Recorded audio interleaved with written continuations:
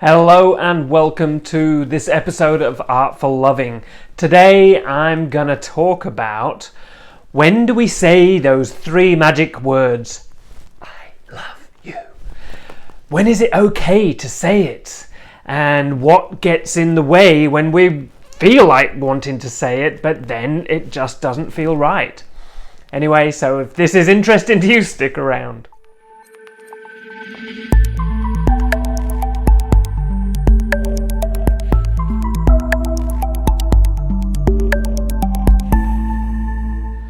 Hi, I'm Nick Tovey, relationships and intimacy counselor, coach, educator, and the author of the book, The Revolutionary Man. If you're new to the channel, please go ahead, subscribe, click the notification bell so you get reminded when new videos come your way. And I'd really love for you to be engaged in this conversation. If you've got any questions about any of the topics that I've spoken about so far, then please ask, get in contact. Put a comment down below the video. If you've got any topics that you want me to talk about, please send me a message or put a comment in any of the videos. I will read it. If you want to learn a little bit more about myself and my work, go to my website nicktovey.com, and if you'd like to learn more, then you can contact me through the website. So when is it okay to say I love you?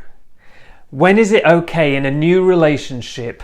You've only just met each other, but all of these yummy feelings are going on, and we want to be able to express that sometimes. And so when is it okay to do that?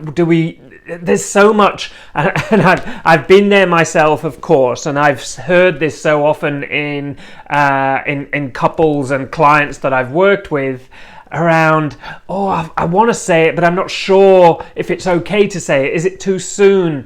What does it mean? All of those things, yeah? And it's such a thing that we trip over in our relationship journey, is how do we genuinely, authentically express our love for somebody in a way that doesn't scare them off, doesn't come across as being too needy or too, I don't know, weird, whatever it is. But there's so much stuff that goes on in our mind and causes anxiety and a little bit of angst when it comes to sharing these three very simple but of course very powerful words. I think the first place we need to start in this inquiry is, what does it even mean? What does love even mean in itself? When I share these words, I love you, what the fuck does that even mean? It's such a uncomprehendable experience that we can feel, and of course it's the experience that poets and songwriters and artists have been trying to express for millennia, and not always doing a very good job of it. Yeah. So what does this thing we call love even mean? So for me, and of course people are going to disagree with this, and that's okay, but for me, the experience of love is a felt experience. There's a feeling that I get when I feel that experience of love. And I like to really simplify this experience of humanity, the experience of being a human being. We can really simplify and break down our felt experiences to love or fear.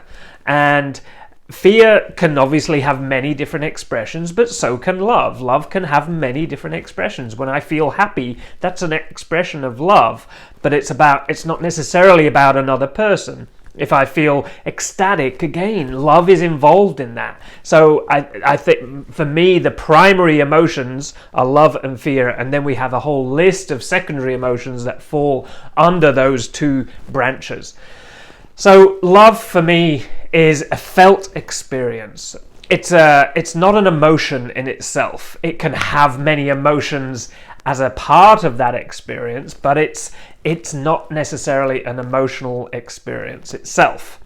Love for me is a feeling of expansion, a feeling of openness, a feeling of, you can feel your heart opening as you feel love, and it feels beautiful. It feels ecstatic. I feel at one with the universe and all of the things in it. Yeah. So this feeling I can get in any experience. It doesn't have to be something I feel with or for another person or a pet or anything like that.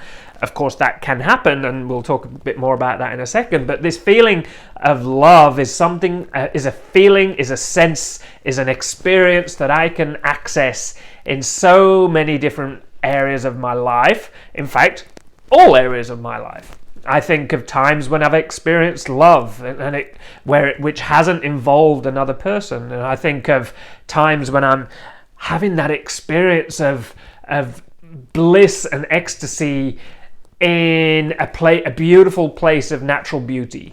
Yeah, when I feel the experience of expansion, and it's like I'm taking in this vista and I feel at one with it, and everything else, all of my worries, all of the other experiences of life just disappear, and I'm at one in that moment with that experience of beauty.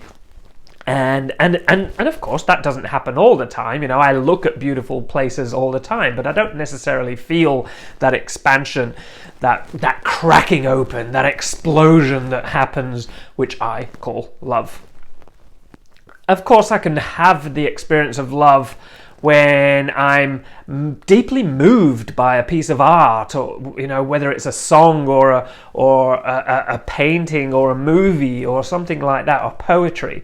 You know, these stir the senses, they stir all of those experiences that we can have, and it gives us access to this experience that we call love. And of course, there's lots of other options available to us also, but I can easily recall experiences where I've had that cracking through an experience of art, and of course I can have this experience with a person. You know, very clearly for me, the most powerful and moving experiences of love have been with my children, and feeling that, you know, particularly when they're fresh and they're new, but there's been so many experiences of that throughout their life, and I'm about to have that experience again soon when our new baby comes, Stephanie and I, which is imminent. So I remember that experience of feeling cracked. It's like my heart just goes and it's such a beautiful feeling, and it moves you, and it brings tears to your eyes, and it's such an all-encompassing experience. It's a beautiful, beautiful thing, and it can be overwhelming, it can be intense, and for some people that can be scary. Yeah, that can be a bit scary to go to, because it's a vulnerable experience. Our heart is cracked open and exposed, and so in that experience of exposure, we're vulnerable. So of course, this is part of what can get in the way when we're wanting to express love to another person. So given all of that spiel that I've just been on around what my experience and my understanding of this thing called love is, when it's involving another human being, i.e. a partner, whether it's somebody I've just met, and I think, you know, this particular topic is particularly ripe for new relationships, yeah, because it's all about when is the right time to say these things, to express our love for another person. And so when I'm having that experience with another person, again, like I was expressing about having the beautiful experience with a place of natural beauty, when I'm with this person, when I'm experiencing their beauty or a love-making moment, or just having a conversation and sharing time with them, and I feel that experience of expansion and my heart just explodes, and I have all of these yummy feelings going on in my body and in my brain chemistry. When I feel that experience, what I think it's really, really important for us to do in this is to not assign the responsibility of this experience on this other person. Yeah? So they haven't done this to me. This person hasn't done this to me. Just like I can experience love in a place of natural beauty, of course, I'm sharing an experience with the environment, and it's given that shared experience is having an impact on me, a big impact on me. I can have that with a person, but they haven't done it to me. Yeah, this is really important, and I think one of the places where we can sort of make error in the expression of love is to assign this experience of love to that person and to say, you did this to me. I love you because I'm giving something to you and you're giving something to me. Of course, what we're doing is sharing an experience, and that can be a shared experience of this thing called love. But essentially, the experience that I'm having is mine. I'm having it in my body, in my being, in my brain, in my soul, whatever you want to call it, in my entirety. It is an all-encompassing experience.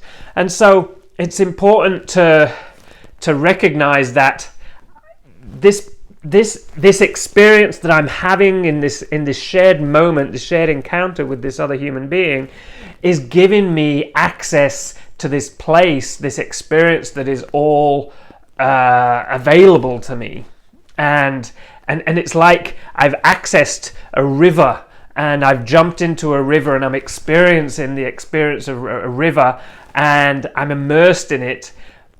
But they're not the river. Yeah, this experience is something I'm feeling in myself. Yeah, they may have given me the ability to access it, but it's my state, it's my experience, it's my feeling. Does that make sense? Because what we can do by assigning the responsibility of this feeling onto another is disempower ourselves, and then we become dependent on this other person for this experience, for this beautiful hit of a drug that I then become addicted to.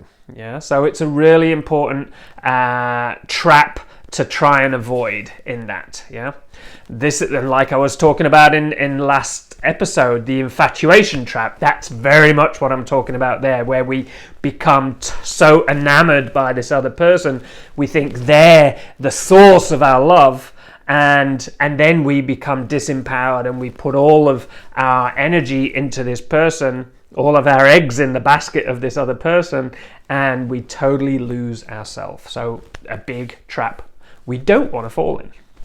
So when and how is it okay to then express to somebody who we may be in a new relationship with that I'm having this experience, and I'm very grateful at the fact that I'm having this experience with you, and that it's like, so the expression of I love you, it's like I'm grateful of the experience that I'm having with you. Yeah, it's not I'm giving something to you. It's not, and of course, through the experience of love, I can offer kindness, I can offer care, I can offer support, I can do all of these good, yummy, beautiful things for each other, and of course, that's what we want to be doing in a good, healthy relationship. But that's not necessarily love. They're a product of love. Yeah. But the experience of love is a feeling that I'm feeling in myself, in my heart, in my being, in all of me. Yeah. So when the expression of I love you is an expression of gratitude. It's an expression of gratitude, and so it can be something that we share in a moment which is beautiful and deep, and where we're in that place, and it's like there's a meeting that's occurring here, and this meeting is giving me access to all of this beautiful stuff that I'm feeling, and I want to share my gratitude, and I want to share with this person how humbling it is to experience this with you. Yeah, that for me is a beautiful thing to do, and why the hell wouldn't we want to share that? Yeah, Well, the reason why we wouldn't want to share it is because we're scared, because we're afraid of what the other person's going to interpret that as, and we're afraid of being vulnerable in that, and the fact that they could then, oh, if I share that, then, oh, I'm exposed and I'm vulnerable, and they could hurt me. They could smash my heart into smithereens. Absolutely true. It's a very real potential. Hopefully it's not going to happen. But like I've said 100 times before, love isn't safe. Love is risk. Love is about putting ourselves on the line and taking a risk and giving ourselves the opportunity to experience the fullness of what love can be, even though we know it's going to hurt. Yeah, it's not, it may hurt, it will hurt. There is going to be heartbreak involved in an experience of shared love.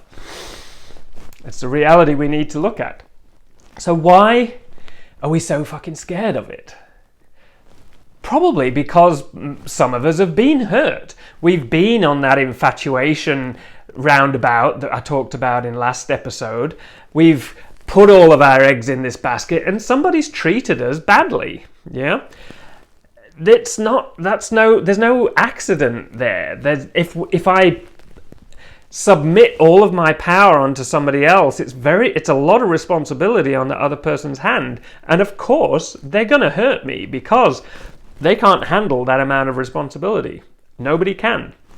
And so when we're in that infatuation trap, it is often going to, well, in fact, probably always going to end badly, unless we work it out that we're, okay, yes, I'm infatuated, and yes, I need to do something about it. Yeah?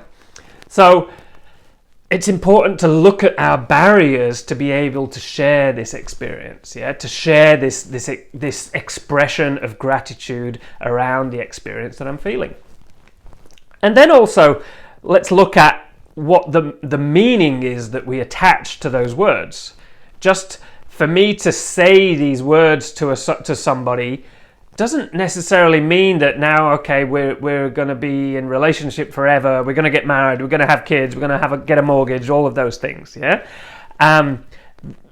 If I let go of all of the meaning, all of the baggage that society teaches us about what these words mean, if I can let go of that, then I can share fully, authentically, genuinely an expression of love with somebody that I've just met, and I'm having a beautiful experience with them, and we're accessing a place of deep connection, and I'm having this beautiful feeling that I've just described. Yeah, that doesn't mean that I need anything from you, and this is what we want to be checking in about.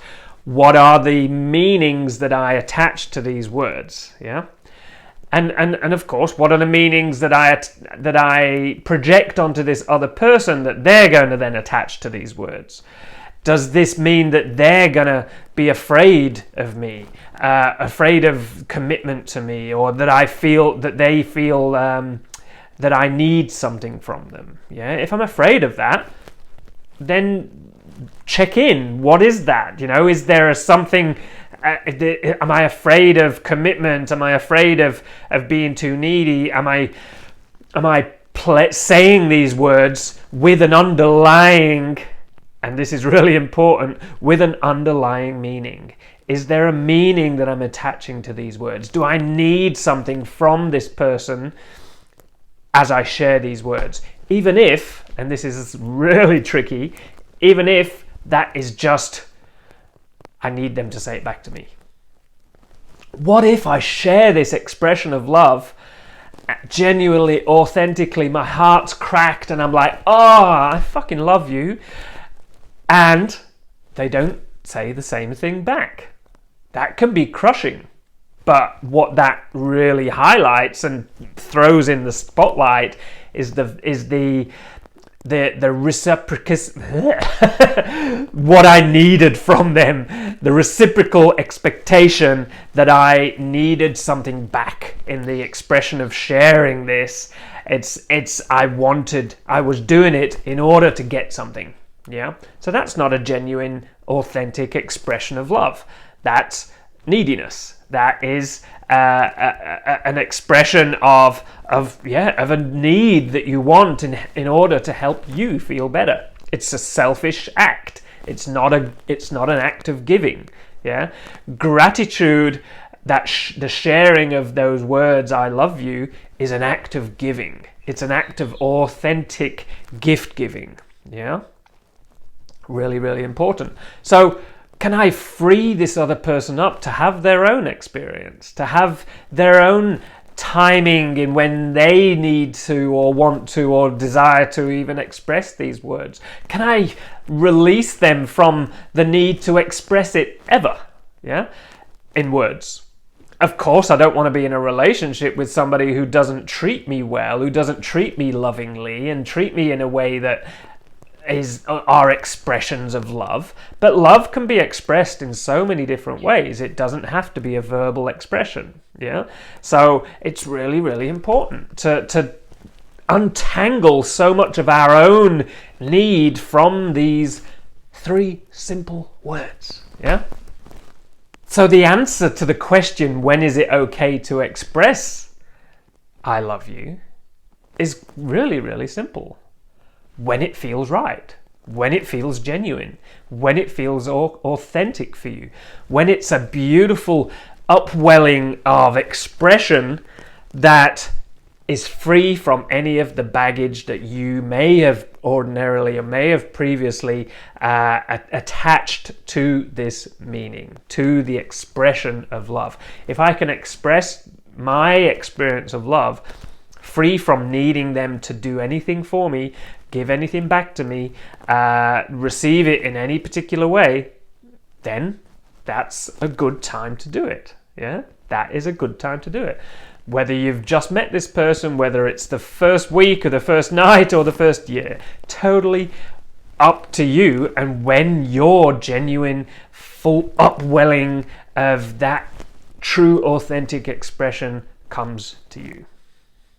And it's risky. Yeah, it comes with risk. That's okay. You can handle it. You're a big person.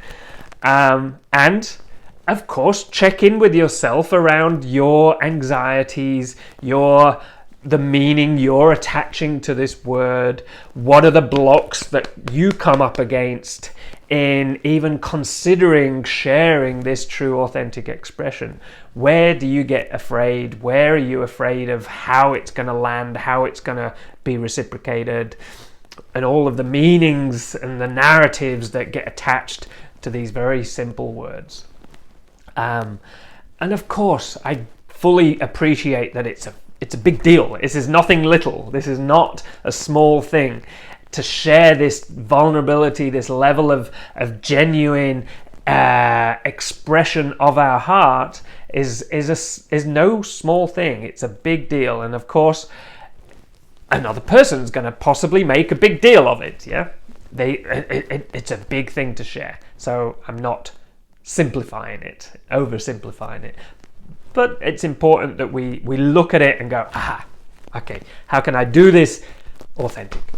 Anyway, hopefully this is useful for you. If this is something you enjoyed hearing, is it something been stirred for you, then I'd love to get your comments. If you've got any questions, any feedback you'd like to give, I'd really love to get it. Put it in the comments below.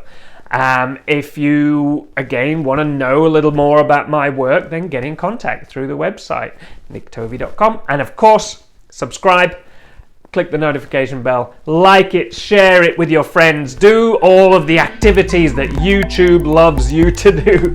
And of course, I'd love you to do as well, because I'd love to feel your interaction and get your input. So thank you for being here. Look forward to the next episode.